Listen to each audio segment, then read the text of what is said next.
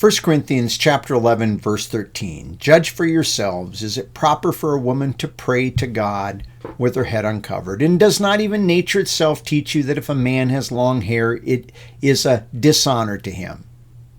Now, I'll be honest, probably most people today, if they saw a man with long hair, they wouldn't say, oh, that's dishonoring, or that dishonors God.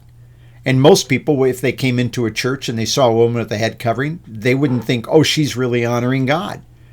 Because those don't mean anything in our modern culture. And this is the point of our brief talk here, is we need to think about what we say within our culture and how it's perceived. We don't mold Christianity to our culture. We don't allow culture to press Christianity, shall we say, into a mold.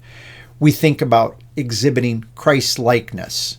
Christ dealt with all kinds of people, varieties of people, so much so that the religious leaders of his day thought, he hangs out with prostitutes and drunkards and sinners.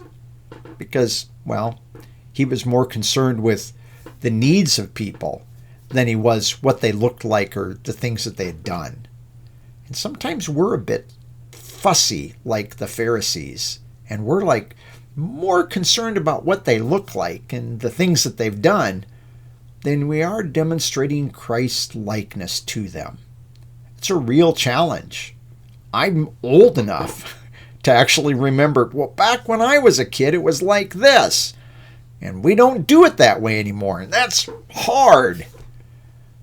But it is a reflection of the nature of our God and the kindness that he's demonstrated to us, regardless of what our background might be, regardless of whether our hair is long or our head uncovered, or a myriad of other things that we get all upset by.